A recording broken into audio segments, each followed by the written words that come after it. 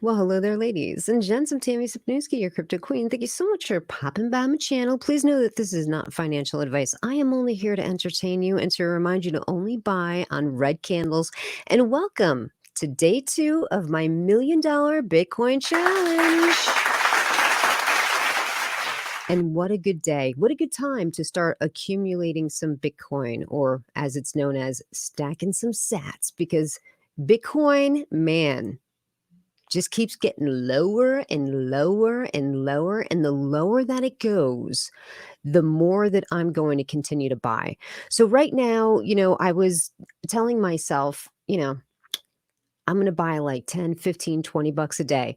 But when we got beneath 19,000, I bought $50 today. Now, I understand maybe not everyone can afford to buy Bitcoin every single day, but you can afford to buy something every single day. I don't care if it's only 4 or $5 a day.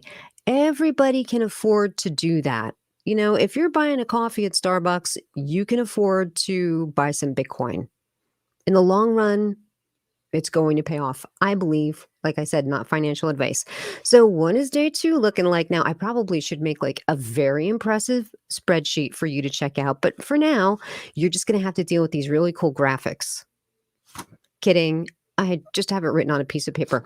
Okay, so for day 2, like I said, I bought $50 worth, and that gave me 0.0026776 of a Bitcoin. Now remember, I believe by the year 2030, Bitcoin has the potential of being worth $1,000,000. Okay. So if indeed that is the case, my $50 purchase of that amount of a partial Bitcoin in the year 2030 is going to be valued at $2,677. Don't forget, 2030 is only 8 years away. 7.5, right? No, 8 years away. Well, you know what? No, it is closer to 7.5 because, well, it's closer to 7 now at this point because the year is more than half over.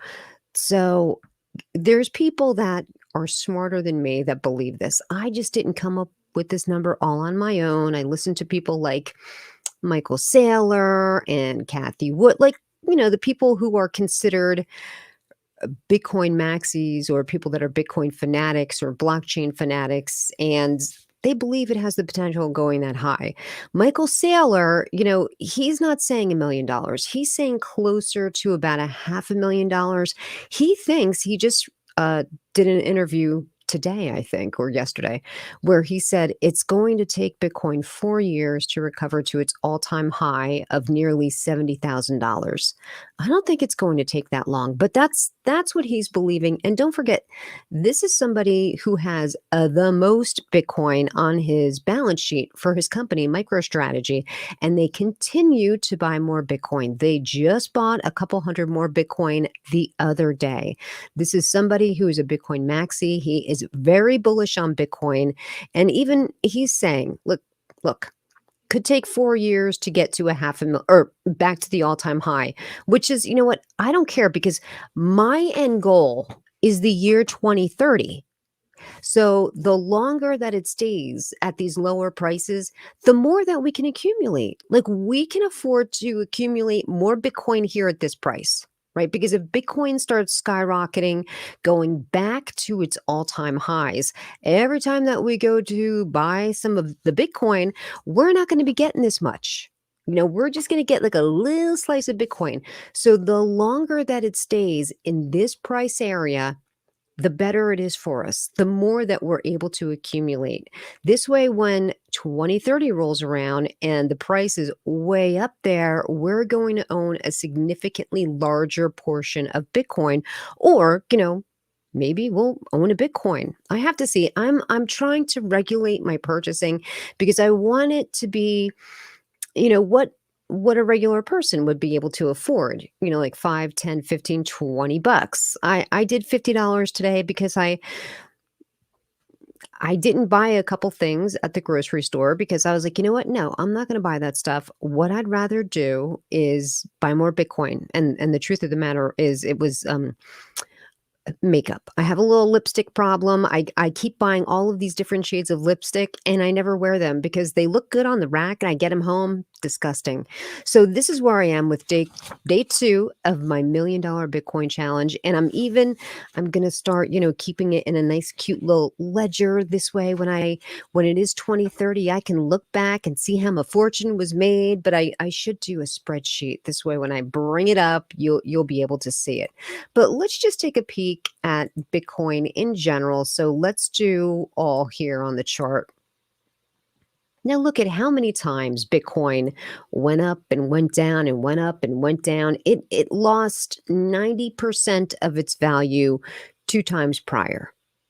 So, we have a good chance here that Bitcoin does have the possibility of going back to $11,000. And if that is the case, I'm going to be buying Bitcoin like crazy.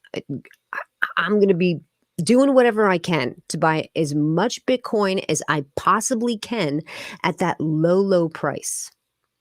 This is why I'm not buying too much of it right now. Like I probably could have, well, I can afford to buy more Bitcoin every single day, but I'm pumping the brakes because I think it has the potential of going lower. So I don't want to ape in at this point if we're going to see $11,000 because I think the economy issue in the country is not going to be solved overnight.